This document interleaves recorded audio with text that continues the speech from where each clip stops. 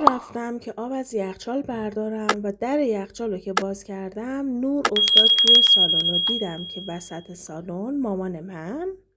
سلام، خوش اومدین به دلنوشته واقعی. مرسی که اینجا روی این ویدیو کلیک کردین. من فاطمه ام و براتون بهترین داستانا رو روایت میکنم. لطفا قبل از گوش دادن به داستان لایک فراموشتون نشه. بریم سراغ روایت امشب. خانواده‌ای بودن که یه پسر 16 ساله داشتن به اسم رسول. پدر خانواده توی بازار کار میکرده و رسول هم پیش پدرش بوده و سرش به زندگیش گرم بوده. تا اینکه توی محلشون همسایه‌ای میاد که دختر زیبایی داشتن. دل و دین آقا رسولو میبره و هرچی که میخواسته حواس خودشو پرت کنه مثل همیشه بره سر کار و بیاد، میبینه نه، دلش میخواد که با این دختر ازدواج کنه و یه مدت که میگذره به پدر و مادرش میگه که من این دختر رو دوست دارم. اسم اون دختر مونا بوده. خانواده رسول که چند وقتی بوده با همسایه جدیدشون رفت آمد داشتن که خانواده مونا باشن. اون زمانه که همسایه ها از حال هم خبر داشتن مراسم‌های مختلف میگرفتن و همدیگر رو میدیدن. مثل الان نبوده. توی این مدت شناخته بودن خانواده مونا رو، میبینن که خانواده خوبی هستن و خیلی زود جشن عروسی برپا میشه و مونا و رسول با هم ازدواج میکنن و چون هر دو خانواده وضع مال خوبی داشتن از این نظر مشکلی نداشتن و همه چیز بر وفق مراد بوده. از نظر زندگی عاشقانه‌شون هم هر دو همدیگر رو دوست داشتن. چند سالی از زندگی رسول و مونا میگذره که متوجه میشن بچه دار نمیشن. مشغول درمان و دعا میشن و 6 سال از اون روزا میگذره. رسول به مونا گفته تو فقط برای من مهمی، من بچه نمیخوام. اگرم تلاش کردیم و دیدیم که بچه دار نشدیم میریم بچه میاریم از شیرخوارگاه. تو ناراحت نباش، من فقط میخوام در کنار تو باشم. تا اینکه یه روز میرن سفر به مشهد. اونجا خانم مونا توی حرم امام رضا دعا میکنه که یا امام رضا، من دلم بچه میخواد. اگر به من بچه دادی که باز دوباره میام پابوست، ولی اگه به من بچه ندادی، من بچه دار نشدم، دیگه نمیام به زیارتت.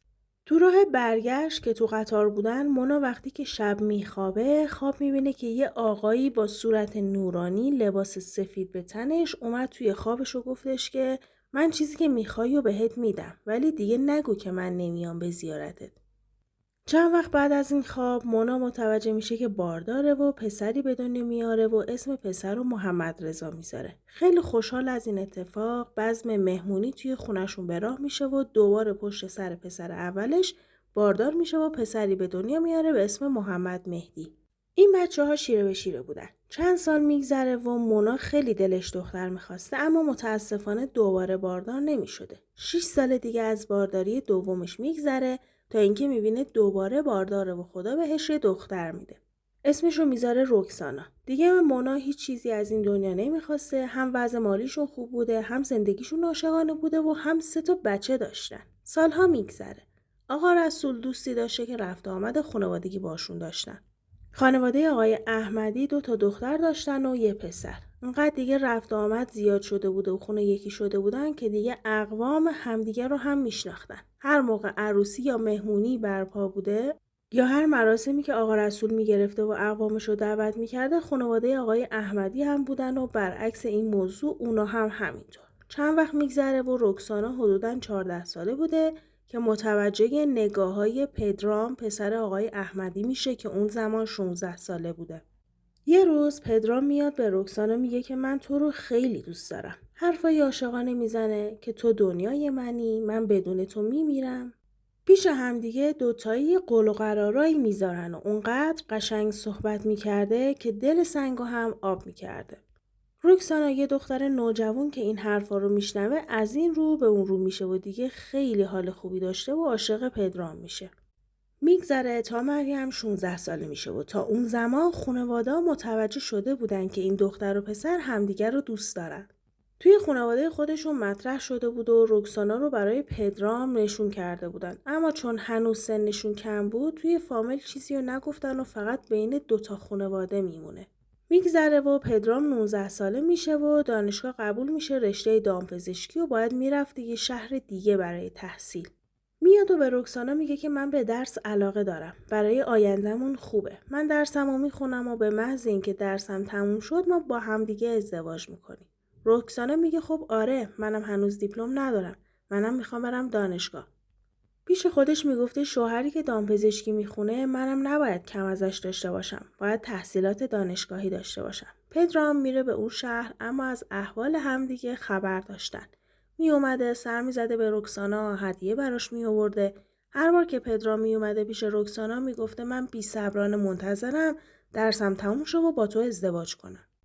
یه مدت که میگذره رکسانا میبینه که نامه‌های پدرام کمتر شده. تماساش کمتر شده. از هفته رسیده به ماه، از ماه رسیده به سال. انقدر دیر به دیر از خودش خبر میداده که یه موقع‌ها نگران میشده ولی میدیده که وقتی با خانواده آقای احمدی در رفت آمدن پدر و مادرش و خواهرش رو میبینه حرفی نمیزنن. از اینکه اتفاقی برای پدرام افتاده باشه و خیلی عادی برخورد میکنن متوجه میشه که اتفاقی نمیافتاده. اما براش سوال بود که چرا پدرام دیگه مثل قبل برای رکسانا نامه نمیفرسته و بهش توجه نمیکنه. رکسانا انقدر غرور داشته که به خودش اجازه نمیداد از خواهر پدرام بپرسه که چه خبر، چرا به من زن نمیزنه. بعد 2 سال پدرام میاد و به خانواده‌اش سر بزنه و به رکسانا میگه ببین من فکرامو کردم. ما به درد هم نمیخوریم. من نمیتونم با تو ازدواج کنم. رکسانا خیلی ناراحت میشه از این حرف و افسرده میشه. از خواهر پدرام میشنوه که داداشش همکلاسیشو دوست داره و میخواد باهاش ازدواج کنه و هفته بعد میخوان برن نامزد کنن. رکسانا خیلی ناراحت میشه از این اتفاق و تصمیم میگیره با اولین خواستگاری که بیاد باهاش ازدواج کنه. چند ماهی میگذره. مادر رکسانا خیلی توی خونش از مهمونی و مولودی گرفته تا جشنای دیگه همیشه خونشون شلوغ بوده و رفت و آمد داشته. یه بار که تولد امام رضا بوده و چون به واسطه امام رضا بچه دار شده بوده هر سال مولودی میگرفته و اون سالم مولودی میگیره و همسایه و دوست و آشنا میان توی اون مولودی.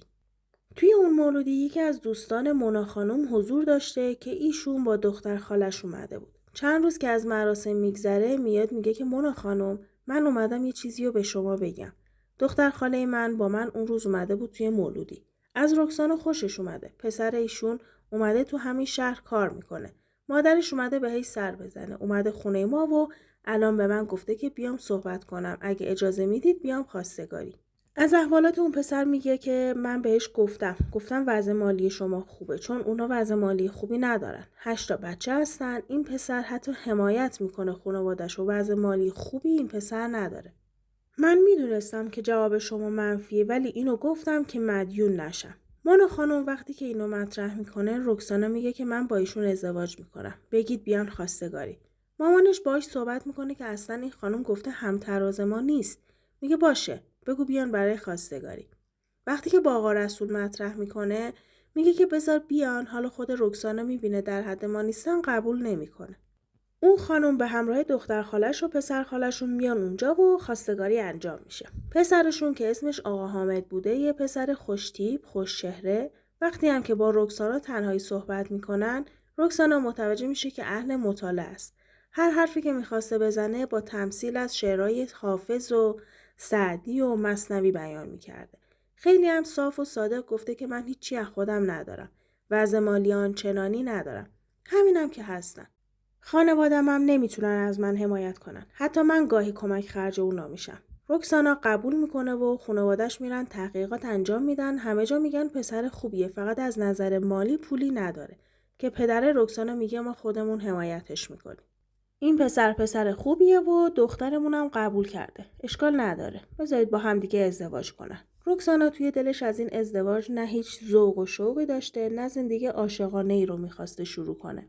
ولی کسی از دلش خبر نداشته. یه عقد جمع جور میگیرن و میرن آمادشن برای عروسی. حامد میاد میگه که رکسانا من یه کاری برام پیدا شده که کار خیلی خوبی هست. فقط 5 سال باید بریم قشم. نمیتونی پیش مادرت ایرا باشی. اگه قبول کنی که بریم سابقه کار برای من حساب میشه. توی کارم پیشرفت میکنم و از نظر خونه هم جلویم چون به ما خونه سازمانی میدن. رکسانا یکم فکر میکنه و میگه برای منم خوبه که از این شهر برم. چون که خانواده‌اش هنوز با خانواده پدرام در رفت آمد بودن دلش نمیخواسته اونا رو ببینه. میگه خب اینطوری من از اینم یه چند سالی دور میشم. خانواده اولش ناراضی بودن ولی بعد که میبینن این شغل برای دامادشون خوبه و زندگیشون پیشرفت میکنه میگن اشکالی نداره. 4-5 سال دیگه بالاخره تموم میشه و برمیگردن. وقتی که عروسی میگیرن خانواده احمدی رو هم دعوت میکنن ولی پدرام حضور پیدا نمیکنه. کاراشون رو انجام میدن و جهیزیه رو بار میزنن و میرن قشم. 3 ماه بعد متوجه میشه که عروسی پدرامه. خانواده‌اش زنگ میزنن میگن ما رو دعوت کردن که رکسانا بهونه دوری میاره و میگه من سختمه و نمیتونم بیام. اصلا دوست نداشته که توی عروسیشون شرکت کنه. رکسانا یه دختر شوخ طبع، شاد و سرزبونداری بوده ولی بعد از پدرام افسرده شد و چون زندگیش هم عاشقانه نبوده همینطوری از سر لج کردن ازدواج کرده بوده توی خونه هم همیشه ساکت بود. حامد هم یه مرد معتقد، منضبط که خیلی کاراش رو برنامه بوده ولی ساکت و خشک بوده. اهل زبون بازی نبوده. رکسانا وقتی که مقایسه میکرده که پدرام چه حرفایی بهش میزد ولی حامد اصلا اهل این حرفا نیست ناراحت بوده که چرا شوهرش این شکلیه. حامد هیچ چیزی توی خونه زندگی کم نمیذاشت. محبت میکرده و به خونه زندگی میرسیده. فقط اهل شوخ طبعی و قربون صدقایی که پدرام بلد بوده نبوده. یه مدت میگذره و حامد میبینه که خیلی خانمش افسرده حاله. میگه رکسانا برو کلاسای مختلف اسم بنویس که سرت گرم بشه. رکسانا یه مدت فکر میکنه با خودش میگه آره درسته. اشتباهی که من زانوی غم بغل گرفتم. چون پدرام داره زندگیشو میکنه و به منم فکر نمیکنه. من الکی زندگی رو به خودم و شوهرم تلخ میکنم. میره کلاس‌های مختلف ثبت نام میکنه. کلاس خیاطی، کلاس آشپزی، کلاس شنا. با همسایه‌ها شروع میکنه به رفت و آمد و سر خودش رو گرم میکنه. انقدر توی خیاطی ماهر میشه که برای همسایه‌ها لباس میدوخت و سرش گرم شده بود. بعد از 4 سال زندگی مشترک رکسانا میبینه که بارداره و دختری به دنیا میاره و اسمشو میذاره خورشید. دیگه اون زمان کار شوهرش اونجا تموم میشه و باید برمیگشتن به شهر مادرش. حامد به رکسانا میگه که من میتونم تو رو شهر خودمونم ببرم ولی به خاطر بچه دوست داری پیش مادرت باشی پس میریم به شهر مادرت. منتها با پولی که من پس انداز دارم الان نمیتونم سری خونه بگیرم. یه چند ماه بریم خونه مامانت بعد میریم خونه میگیریم. رکسانا قبول میکنه و با خورشید میان خونه پدر و مادرش. یه چند ماه که اونجا بودن یه خونه پیدا میکنن که نصف پول اول باید پرداخت میکردن و نصف دیگرش رو موقع تحویل کلید. نصف پولو که پرداخت میکنن بعد یه مدت میبینن خبری از صاحب خونه نشده. بعد از پیگیری متوجه میشن که کسی که خونه رو میخواسته کلاهبردار بوده و پول اینا رو برداشته و برده. دستشون هم به هیچ جا بند نیست. حالا با نصف پولی که داشتن اصلا نمیتونستن خونه بگیرن و باز میمونن خونه مادر رکسانا که حامد میگه رکسانا من خیلی سختمه و دوست ندارم که اینجا داماد سرخونه باشم. پاشو بریم خونه مادر من. یه طبقه خالی دارن میریم اونجا زندگی میکنیم و دوباره پول جمع میکنیم و یه خونه میخریم. اون زمان هم طوری بوده که وقتی که تصمیم به خونه دار شدن میگرفتن قیمت انقدر بالا پایین نمیشده که با چند سال کار کردن میشه یه خونه خرید. اون زمان اواخر جنگ بوده و یکم بی‌نظمی بوده توی مملکت. پولشونو که نمیتونن بگیرن پس اسباب اساسیه رو جمع میکنن و میرن به شهر حامد. اونجا پدر شوهر و مادر شوهر رکسانا طبقه پایینشون رو آماده میکنن و اونا اونجا ساکن میشن. تمام بچه‌هاشون هم اون زمان ازدواج کرده بودن و فقط یه پسرشون توی خونه مجرد بوده و دختر آخرشون وقتی که میره اونجا ساکن میشه رکسانا میبینه که خانواده شوهرش خانواده خوبی هستن. برادر شوهرش رامین خیلی شوخ طبع و سرزبون داره. اخلاقش مثل خودشه. خیلی زود رکسانا با برادر شوهرش صمیمی میشن. رامین هم خیاط بوده ولی خیاط مردانه دوست.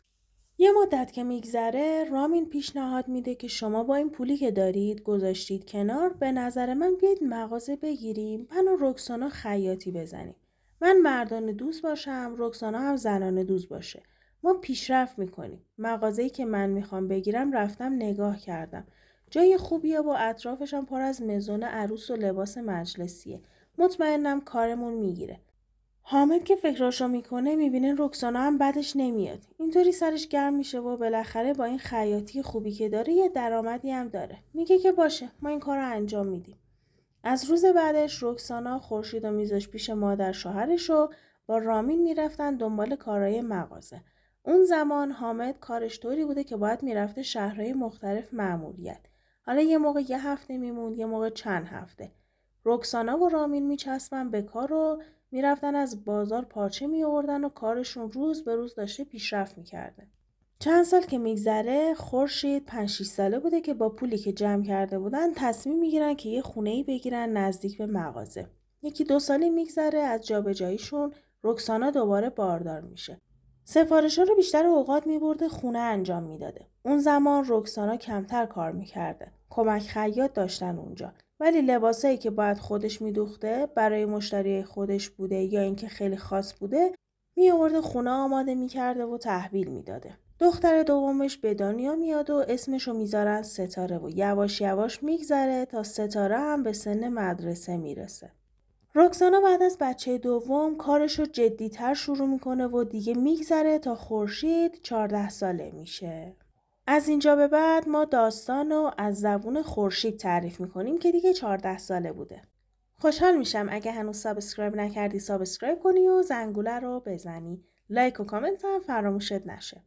ایشون میگن که ما رابطه خوبی با خانواده پدرم داشتیم. خانواده مادرم هم دوست داشتیم ولی خب چون ازشون دور بودیم یه موقع اعیاد میشد میرفتیم 2-3 روز اونجا یا اونا میومدن 2-3 روز میموندن و میرفتن.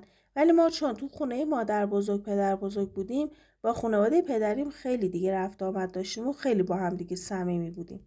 یادمه که تو حیاط جمع میشدیم دور هم بچه‌ها، عمه‌ها، عموها و خیلی بهمون خوش میگذشت. اون زمان عمه آخر من تازه ازدواج کرده بود ولی عمو رامین قبول نمی‌کرد ازدواج کنه. هرچی بهش میگفتن میگفت الان زوده. مادر من رابطه خوبی داشت با رامین. همه میدونستن هم همکار هستن هم صمیمی. مادر بزرگم هر بار به مامانم میگفت که به رامین بگو زن بگیره و مامانم هم اصرار میکرد. به اصرار مامانم قبول میکرد میرفتن خواستگاری.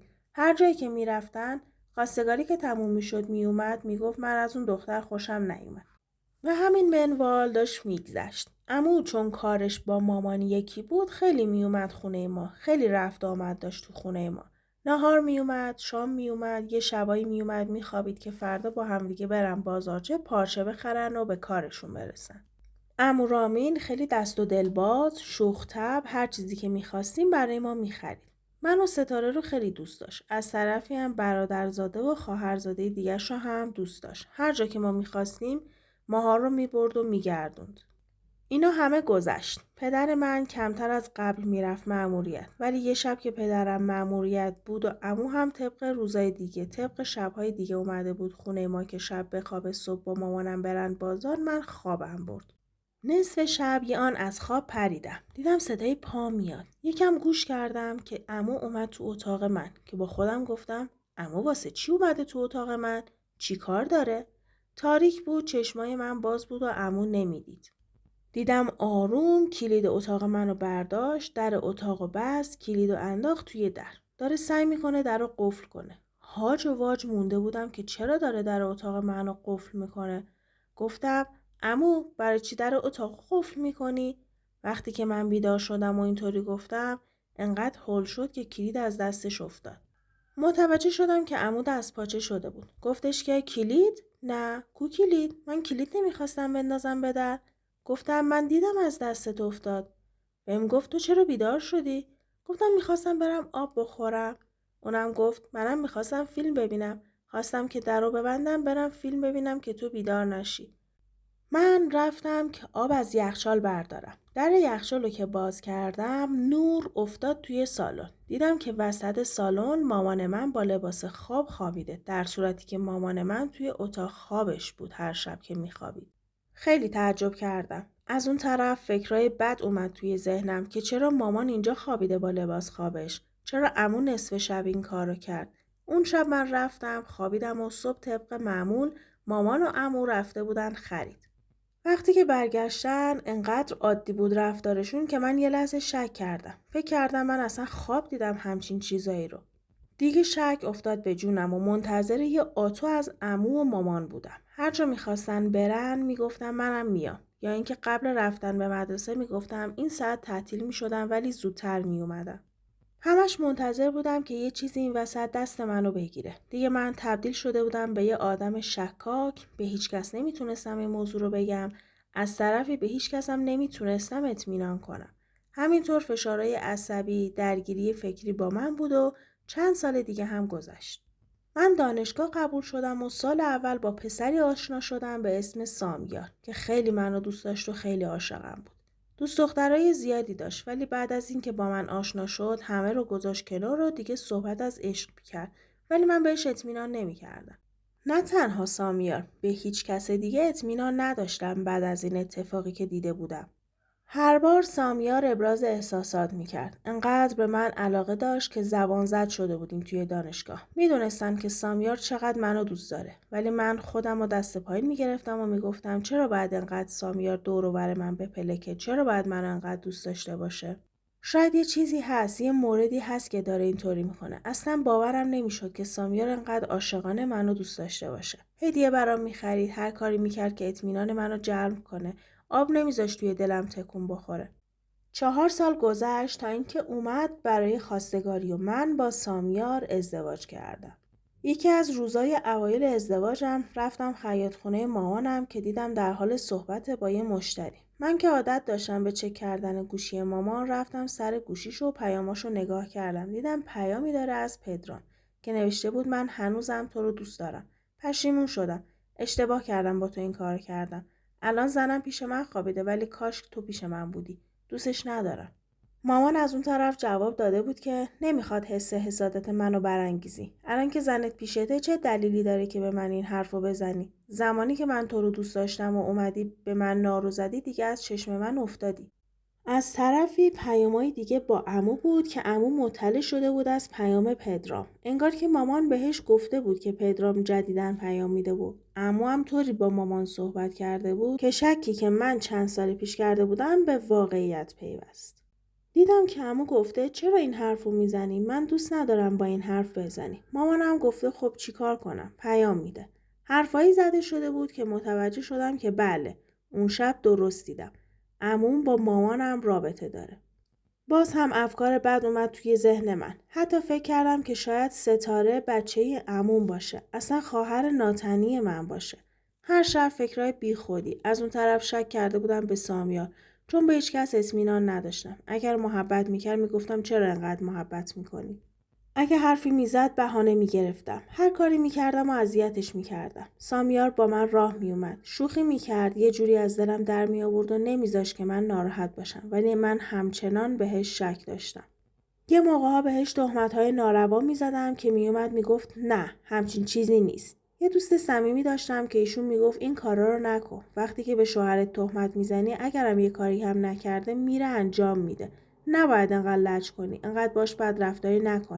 منم در جواب میگفتم نه، این دوست داشتنش و این محبت کردن زیادیش حتما یه چیزی همراه داره. تمام دق و دلیه که از رابطه مامان و عمو داشتم انگار میخواستم سر سامیار خالی کنم. یه چند وقت گذشت و من باردار شدم. زمان بارداریم سامیار نمیذاشت دست به سیاه و سفید بزنم ولی همچنان تهمت زدنای من و غرغر کردنای من ادامه داشت. میگفتم من باردارم، تو میری با کسای دیگه رابطه داری که شوهرم میگفت من اصلا همچین کاریو نمیکنم. گذشت و من 2 قلو پسر به دنیا آوردم تا اینکه پسرای من شدن 2 ساله. سامیار جایی کار میکرد که همکارش خانم بود. سامیار به واسطه کارش با این خانم خیلی صمیمی شد. این خانم متأهل بود. رفت آمد ما خانوادگی شد و من یه جورایی شک کردم به مدل نگاه کردن سامیار. فکر میکردم یه مدل دیگه با این خانم داره صحبت میکنه. شروع میکردم از این حرف زدن که تو با این چی کار داری؟ چرا انقدر صمیمی باش برخورد میکنی؟ سامیارم مثل همیشه میگفت نه من اینطوری نیستم. یه مدت که گذشت دیدم که سامیار از زمین تا آسمون اخلاقش عوض شده. کسی بود که شوخی میکرد، سر به سرم میذاشت. اگرم من یه قری میزدم سعی میکرد از دلم در بیاره. ولی ساکت شده بود. سرش بیشتر تو گوشیش بود. حتی دوست صمیمی منم متوجه شده بود که اخلاق سامیار از این رو به اون رو شده. دیگه اگر که میگفتم تو با کسی رابطه داری داد و بیداد میکرد، جر و بحث میکرد. هیچ وقت زیر بار این حرف نمیرفت که با این خانم رابطه داره.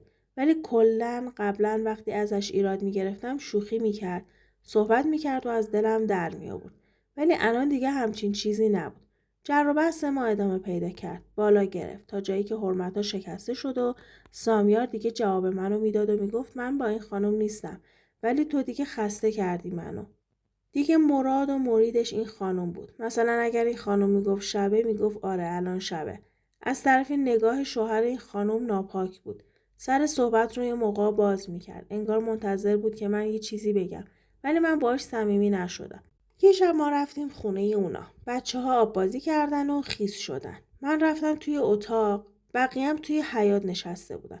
رفتم که لباس بیارم برای بچه‌ها، یه آن دیدم که از پشت یکی منو بغل کرد. برگشتم دیدم که این آقاه. خیلی بدم اومد. زدمش کنار و گفتش که شوخی کردم بابا، چرا اینجوری میکنی؟ اینو گفت و رفت.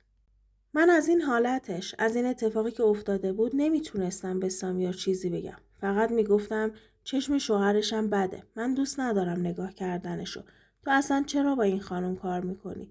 این جر و بحثا رو ما داشتیم. اونم باور نمیکرد. میگفت اگه سند و مدرکی داری بگو. شوهر این خانم اینطوری نیست. این خانم اینطوری نیست. این بحثا ادامه داشت تا اینکه من تصمیم گرفتم برای طلاق اقدام کنم. دوستم خیلی به من گفت نه طلاق نگیر، 2 بچه داری. تصمیم گرفتم برم مشاور ببینم به من چی میگه. رفتم پیش مشاور. مشاور گفتش که برای من توضیح بده. گفتم آره، من به شوهرم شک دارم. اوایلم شک داشتم. وقتی که میگفتم از دل من در می آورد. الان اینطوری نیست. وقتی که با مشاور صحبت میکردم گفتم بذار من همه چیزو به ایشون بگم که درست راهنمایی کنه. گفتم که من چند سال پیش این اتفاق برام افتاده. متوجه شدم عموم و مادرم رابطه دارن. به خاطر این شک دارم کلاً توی دلم. به همه چیز بی‌اطمینانم. مشاور گفتش که شما باید شوهرتم بیاری من باهاش صحبت کنم. من به ایشون گفتم که از حرفایی که حالا از قبل برای من افتاده و من برای شما گفتم بهش نگو. گفت باشه، خیالت راحت، نمیگم. حالا نگو که شوهر من رفته بود اونجا پیش مشاور. این مشاور برگشته بود به شوهر من گفته بود که ایشون بیمار روانیه، چون از مادرش و عموش این حرکت رو دیده کلا روش تاثیر گذاشته و الان باید دارو استفاده کنه. خانم شما حالت روانی داره. اینو سامیار اول به من نگفت، ولی بعدن که جر و بحثا ادامه پیدا کرد دیدم که توی حرفاش گفت آره، مشاورم به من گفت که تو روانی، تو باید قرص بخوری. از وقتی که مامانت و عموتو دیدی اینجوری شدی. متوجه شدم که مشاور تمام راز زندگی منو به شوهرم گفته. خیلی حالم بدتر شده بود. سامیارم به من سرکوف میزد. گفتم ببین یه رازی که چندین سال پیش خودم نگهش داشته بودم الان باید فاش بشه و سر همین قضیه شوهرم باید بزنه تو سر من. دیگه تصمیمم جدی شد برای طلاق. رفتم که کارهای طلاق انجام دادم، دیدم باردارم. در صورتی که ما خیلی کم با هم رابطه داشتیم. اصلا دیگه زندگی عاشقانه‌ای نداشتیم، ولی من باردار شده بودم. وقتی که سامیار متوجه شد گفت باید این بچه رو بندازیم.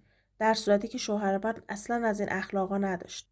اگر شرایط مالی خوبی هم نداشتیم یا شرایطی داشتیم که نمیتونستیم بچه بیاریم هیچ وقت این حرف رو به من نمیزد. ولی اینقدر من از چشمش افتاده بودم که گفت برو بچه رو بنداز. ما بچه نمیخوایم. انقدر این خانم تاثیر گذاشته بود روی شوهر من، روی اخلاقش، که دوستم که همیشه میگفت تو فکر و خیال میکنی، گفتش که این خانم حتما یا توی خونتون یه طلسم یه چیزی گذاشته که انقدر شوهر تو به حرفشه. اون که اونقدر عاشق تو بود الان فقط وایساده ببینه این خانم چی میگه. خانواده‌ها وقتی که متوجه شدن که ما میخوایم طلاق بگیریم اومدن پادرمیونی کردن. گفتن که 2 پسر بچه دارید، گناه دارن، با همدیگه زندگی کنید. ما صرف نظر کردیم از طلاق و دوباره شروع کردیم به زندگی با هم. 7 ماه که گذشت دیدم رابطه شوهر من با این خانواده به هم خورده. از لحاظ همکاری هم دیگه با هم همکاری ندارن. ولی هیچ وقت نه ثابت شد نه سامیار انکار کرد.